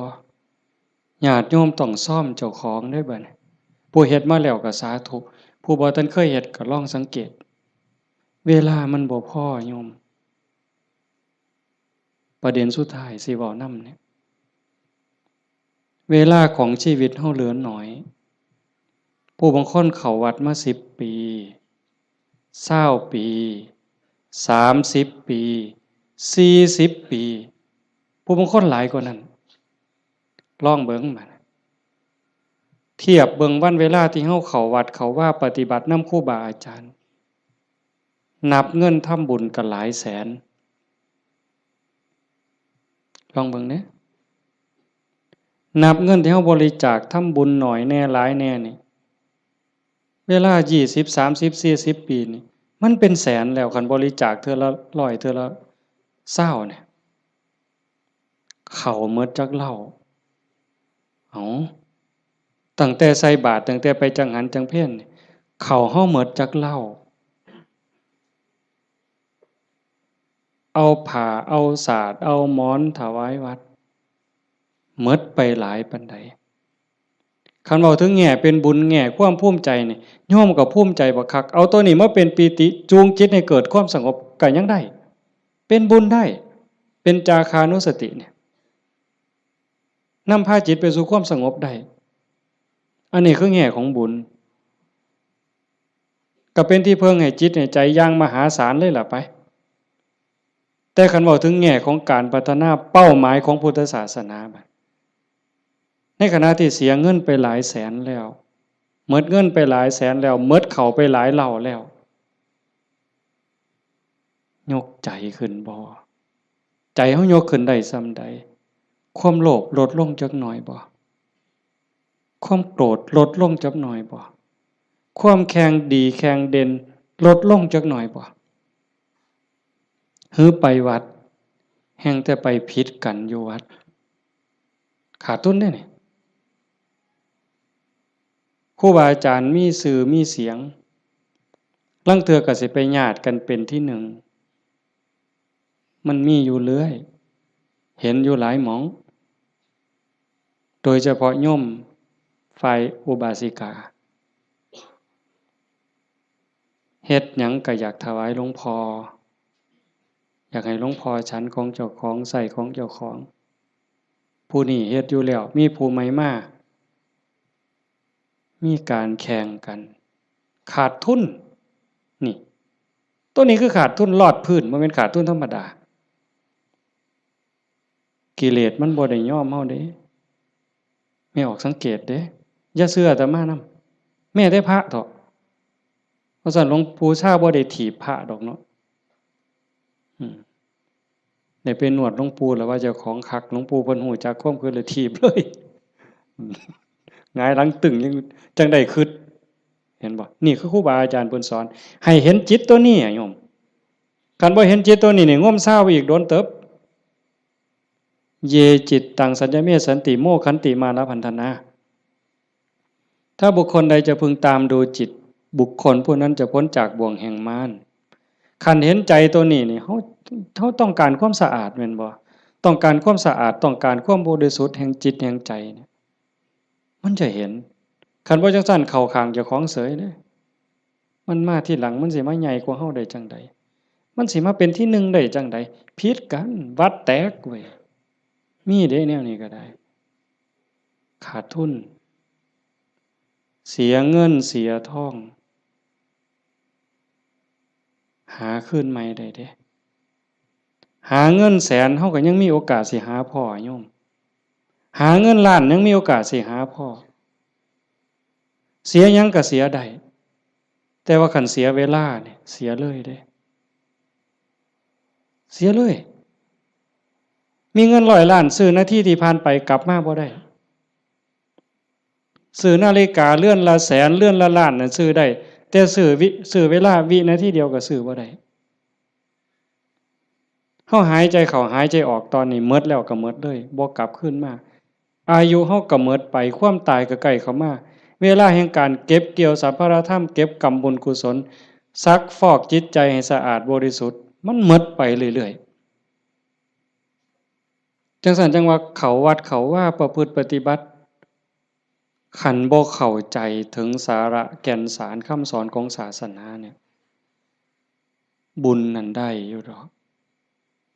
แต่มันบ่ทันปลอดภัยจังว่าพระพุทธเจ้าบ่ให้มาติดอยู่ที่บุญแต่เพิ่นให้เฮ็ดบุญให้สร้างบุญให้สร้างหลายๆแต่ว่าให้กายไปอีกสู่ความสะอาดบริสุทธิ์แห่งใจถ้ามันไปบ่ทันฮอดนั่นบ่ปลอดภัยเทวดาก็ตกสวรรค์ได้เห็นบ่จังซั่นจังว่าในเมื่อเฮามาสู่ขบวนการปานนี้โยมพอออกผู้เป็นเจ้าภาพก็ตั้งใจปานนี้เฮ็ดดีมาปานนี้ก้าวขึ้นไปอีกให้ก้าวขึ้นไปนี้ก่อนวันเวลาของชีวิตมันสิหมดให้พยายามเฮ็ดใจให้เป็นกลางๆหูได้ยินจมูกได้กลิ่นลิ้นได้รสกายได้สัมผัสก็เฮ็ดใจให้เป็นกลางๆสิปฏิบัติกับสิ่งที่มากระทบจากตาเห็นจากหูได้ยินจากจมูกได้กลิ่นลิ้นได้รสกายสัมผัสก็เฮ็ดด้วยสติอย่าให้รู้สึกว่าหักอย่าให้รู้สึกว่าซั่งอย่าเฮ็ดด้วยความซั่งอย่าเฮ็ดด้วยความดีใจด้วยความเสียใจอย่าเฮ็ดด้วยความหักให้จิตเป็นกลางกันเฮ็ดจังซี่คันเฮ็ดได้จังซี่มันอ่อนซ่อนเจ้าของเด้อาตมาก็เฮ็ดบ่ทันได้ก็ยังพยายามอยู่ก็จังว่าส่วนญาติส่วนโยมเฮ็ดไปพร้อมๆกันคันบ่จังซั่นน่ะมันเสียเวลาเสียดายเจ้าของ30-40ปีหมดเงินก็หลายแสนหมดข้าวก็หลายเหล้าหมดเวลาในการทำมาหากินเงินที่มาบริจาคข้าวของที่มาทำบุญก็หมดไปแล้วเวลาล่ะคันเอาเวลานั้นที่มาอยู่วัดอยู่ว่ามาสร้างน้ำทำบุญไปหาเงินหาทองมันก็ต้องได้ตื่มกันอีกหลายเติบมันจักเท่าแต่ว่าเฮายอมเสียสิ่งนั้นเพื่อสิแลกเอาสิ่งที่ดีที่สุดสิ่งที่ประเสริฐที่สุดก็คือใจเจ้าของเนี่ยให้ได้ใจที่มีความสงบใจที่มีความร่มเย็นใจที่เต็มเปี่ยมด้วยความเมตตากรุณายินดีมุทิตากับผู้อื่นใจที่เป็นอุเบกขาโตสติความระลึกได้แล้วก็อุเบกขาตัวว่างจิตเป็นกลางจิตที่เฉยเป็นสิ่งที่เฮาควรจะหาให้มันได้หาให้มันพอให้มันเจอก่อนลมหายใจสุดท้ายสิดับลงไม่ออกให้มันพอจิตนี่ก่อนลมหายใจสุดท้ายสิดับลงเพราะนั่นคือพุทธะพุทธะคือความสะอาดจิตที่สะอาดจิตที่สว่างจิตที่สงบสะอาดจากหักจากสร้างจากดีใจจากเสียใจจากได้จากเสียจากบวกจากลบสว่างสวัยด้วยสติปัญญาหูเท่าท่านตามความเป็นจริงหักก็ตามสร้างก็ตามสรรเสริญนินทาก็ตามลาภยศสรรเสริญก็ตามสว่างตาโดยแสงไฟเพิ่นเว้าสว่างใจโดยแสงธรรมบ่ยินดียินร้ายเห็นทุกสิ่งทุกอย่างเกิดขึ้นตั้งอยู่ดับไปอนิจจังทุกขังอนัตตากฎของแต่ละขอบงำสรรพสิ่งอยู่สะอาดสว่างสวัยโดยสติปัญญาสงบนิ่งจิตใจบ่กระเพื่อมด่ามากก็บ่กระเพื่อมย่องมากก็บ่กระเพื่อมนักแน่นคือกับหินเนี่ยจิตใจของพุทธะเป็นแบบนั้นสะอาดสว่างสงบหู้เท่าทันตื่นจากความหลับไหลเบิกบานจากการที่เจ้าของบ่มีโทษตรงนี้เป็นวิชาการของพุทธศาสนาเป็นหลักที่ชาวพุทธต้องปฏิบัติอันสิไปอ่อนว่อนบวงสรวงสวดแล้วก็ขอสวดแล้วก็ขอขันมันได้ซ้ำนั้นมันก็สิดีอยู่ขันมันได้พระพุทธเจ้าก็พาเฮ็ดแต่ตรงนี้ที่พระองค์เพิ่นสอนสลบจักเทื่อกลัวสิเป็นพระพุทธเจ้าหลวงปู่ชาลำบากปานใดอาตมาเคยอ่านพอเนาะว่าสิขึ้นไปอยู่เทิงภูว่าบ่อยากยุ่งบ่อยากยากนำการมาหาบิณฑบาต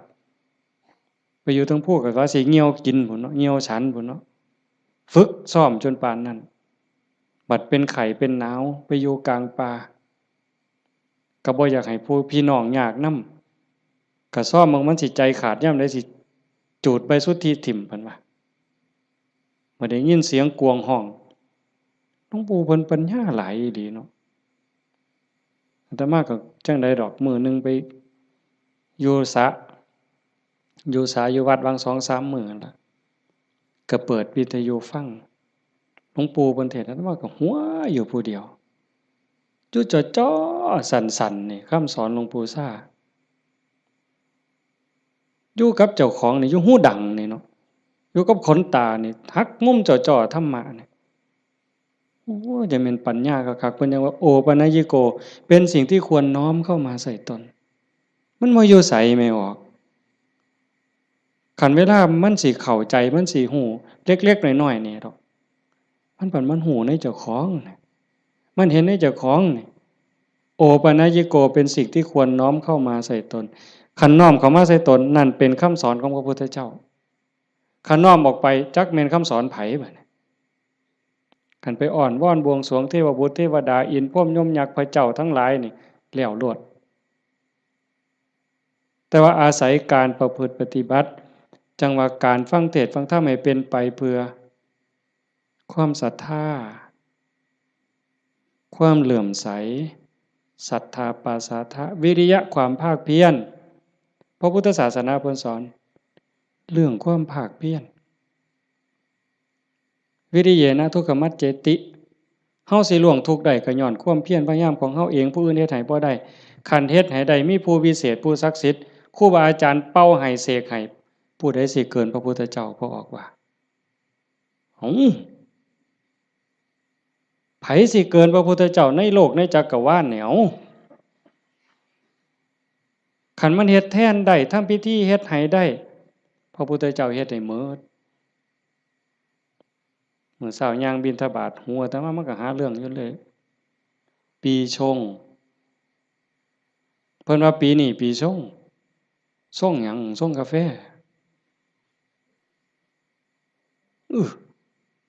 มันยากหยังกับปีกับเดือนอันเดียวปีชงเนี่ยเพิ่นนัดกันไปสวดมนต์สะเดาะเคราะห์มื้ออื่น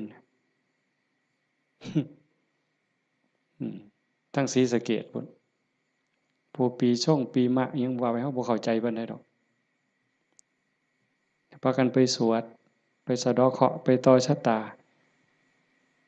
ไผสิเกินพระพุทธเจ้าก็ลองเบิ่งคันมันเป็นจังซั่นมันเฮ็ดจังซั่นพระพุทธเจ้าเฮ็ดหมดอันไม่ออกมาเฮ็ดนี่กำลังเฮ็ดให้เจ้าของ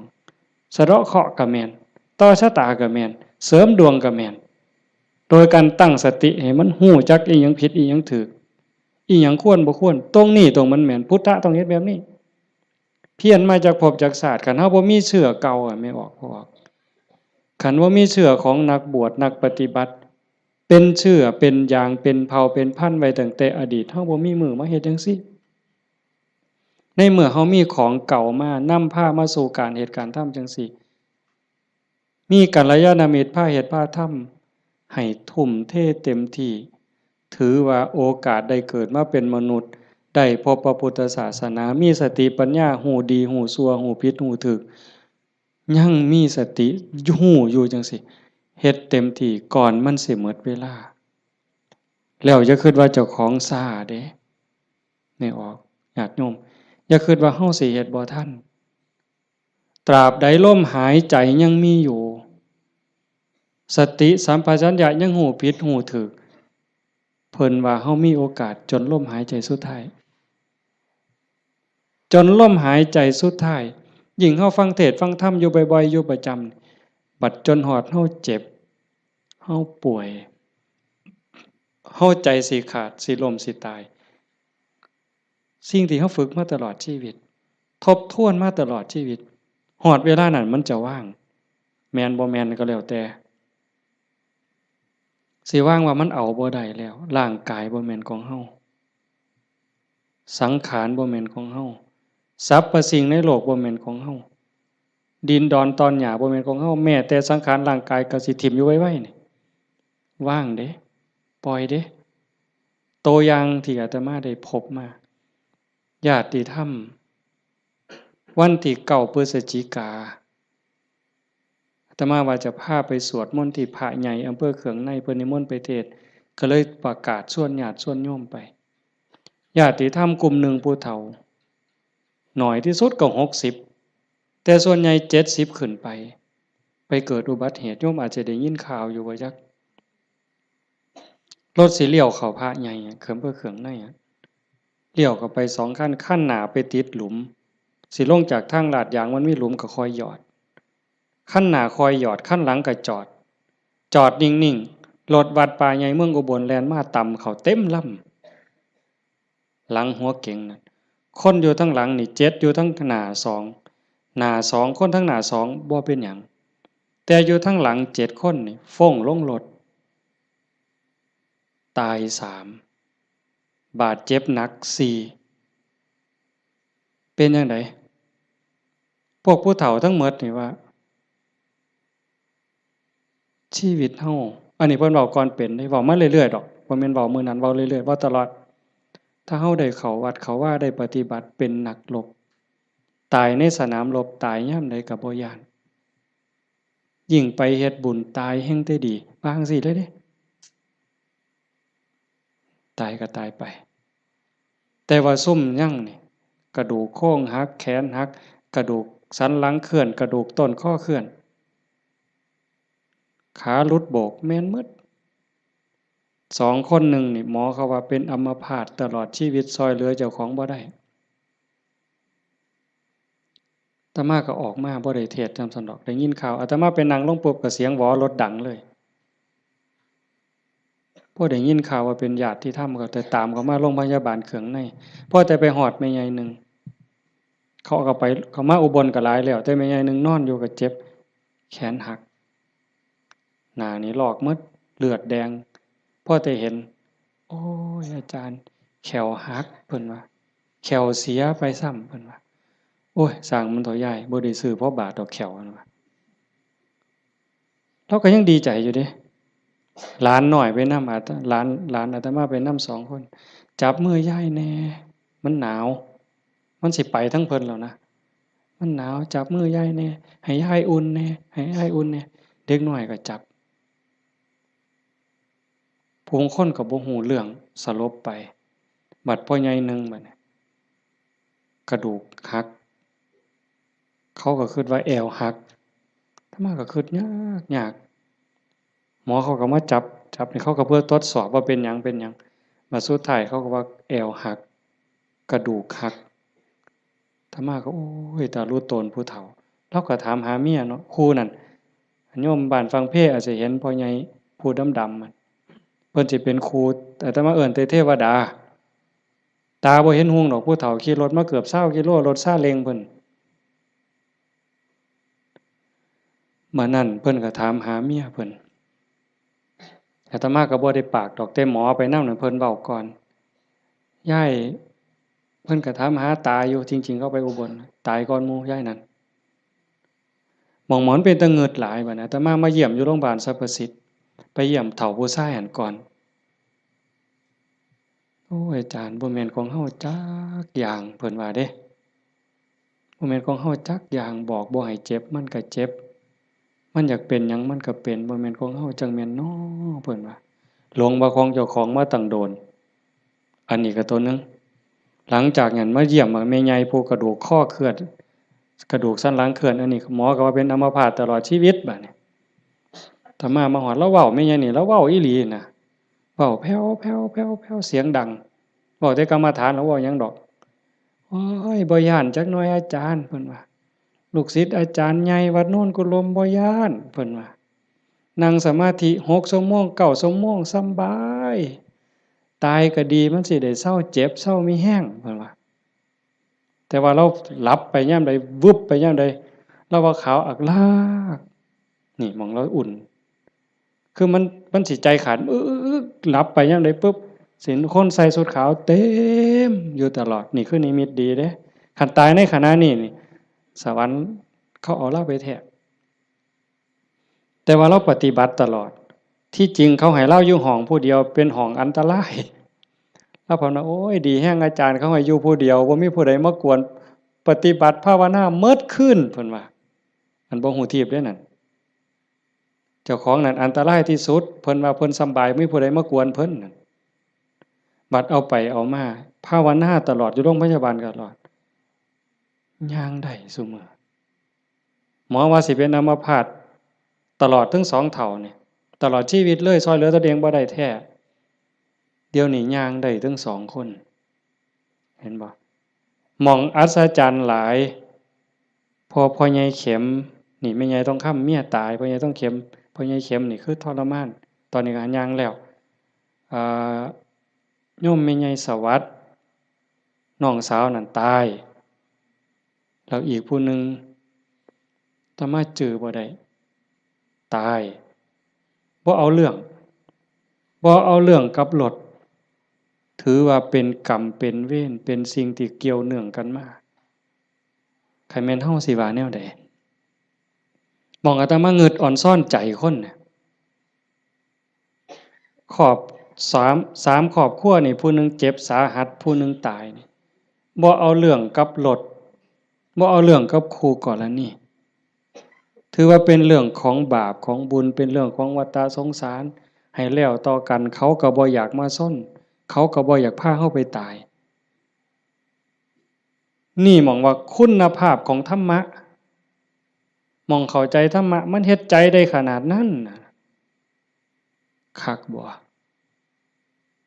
มื้อนี้แม่ใหญ่นึงผู้เตรียมเนี่ยเผาไปวาง 2-3 มื้ออายุ89ปี7เดือนผู้หญิงเด้เลี้ยงลูกเมียใหม่ผัวเพิ่นไปมีเมียใหม่เพิ่นบ่เครียดเมียใหม่ออกลูกเพิ่นเอามาเลี้ยงพร้อมเอ้าไม่ออกเฮ็ดได้บ่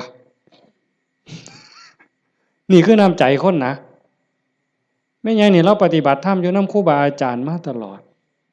ลูกเราดีหมดซุคนเป็นหมอ2เป็นครูผู้หนึ่งเป็นเจ้าหน้าก็มีอยู่2คนแต่ว่าหม่องอัศจรรย์คือเราปฏิบัติตลอดโยมไม่ออกสวดปาติโมกข์ได้ที่พระเพิ่นลงปาติโมกข์นี่แม่ใหญ่น่ะเราสวดได้อาตมาสวดบ่ได้หม่องเป็นตะงึดหลายแต่ว่าเราตกศาลาเทื่อนึงย่างจงกรมมันมืดตกศาลาสมัยก่อนนั่นขาหักว่าซั่นว่าเห็นบ่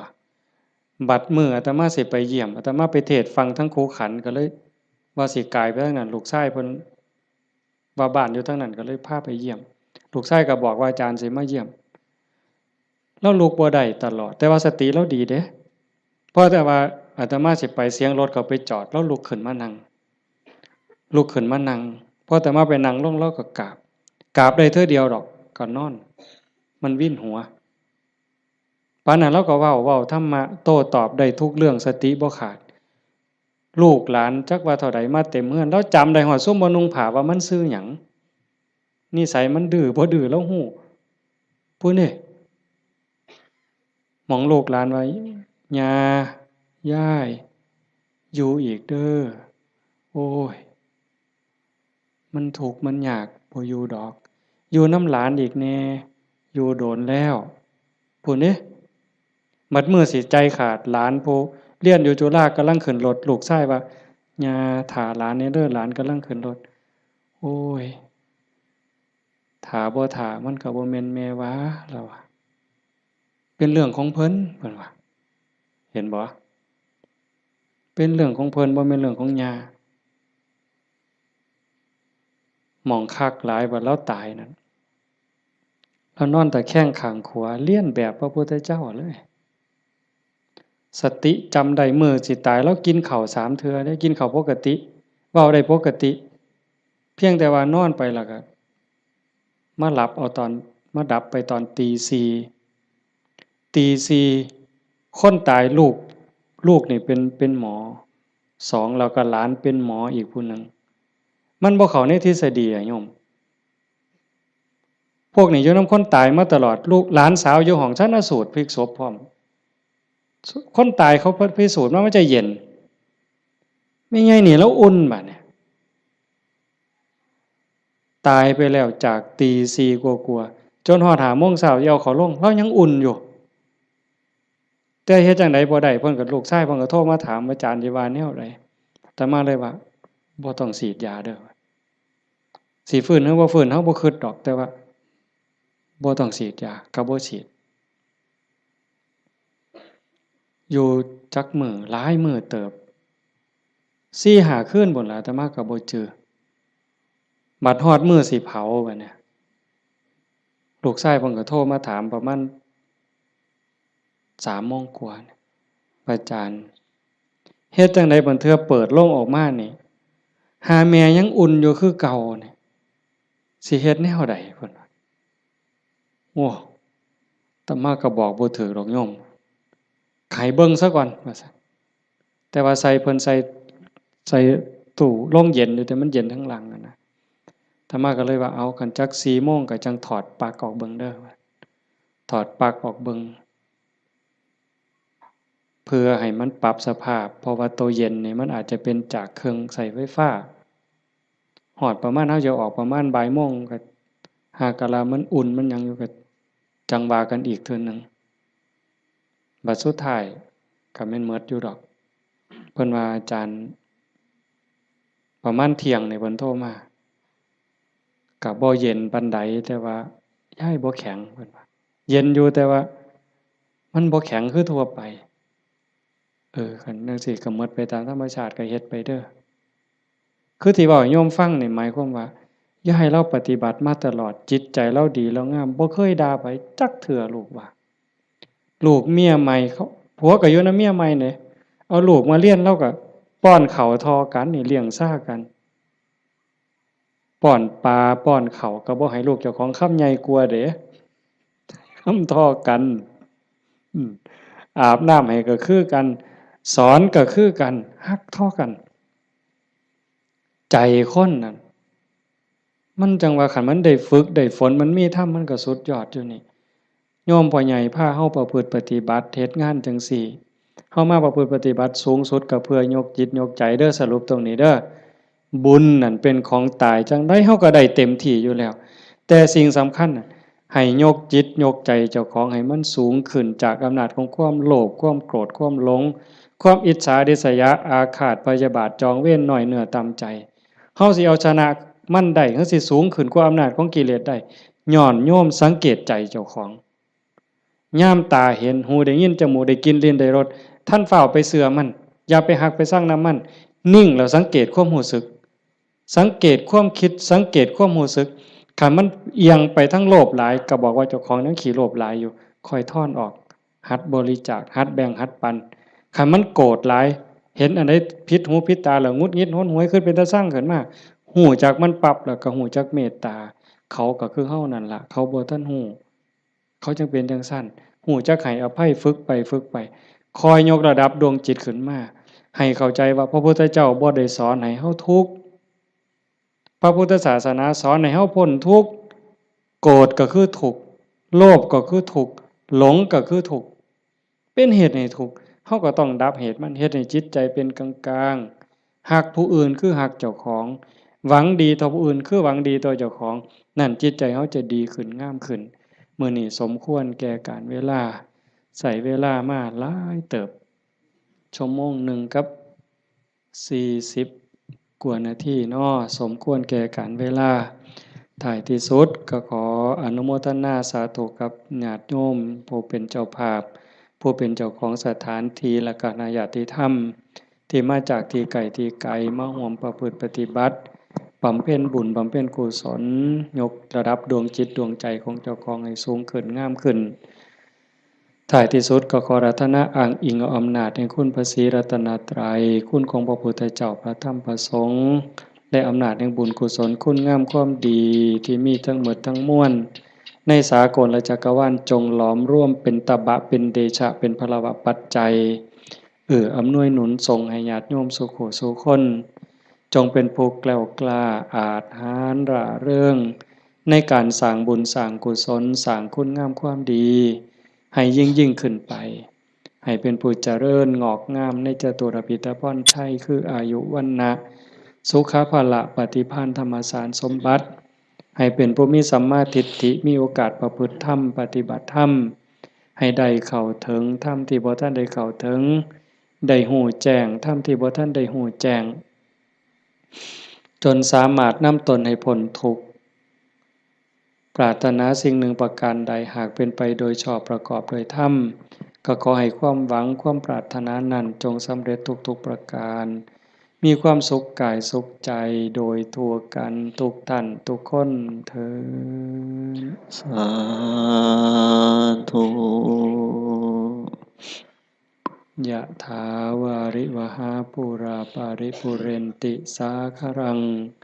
เอวเมวะอิโตทินังเปตานังอุปกัปปติอิชิตังปฏิตังตุมหังคิปะเมวะสมิจฉตุสัพเพปุเรนตุสังกปาจันโทปนรโสยะถามณิโชติรโสยะถาสัพพิติโยวิวัชชันตุสัพพโรโควินัสสตุมาเตภวัตวันตรายโยสุขีทีขายุโกภวะอภิวาทนาสีลิสานิจจังวุธาปจายโน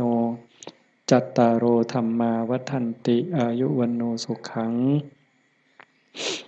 พลังภวตุสัพพมังคลังรักขันตุสัพพเทวตาสัพพพุทธานุภาเวนะสัพพธัมมานุภาเวนะสัพพสังฆานุภาเวนะสทธาโสธีพระวันตุเต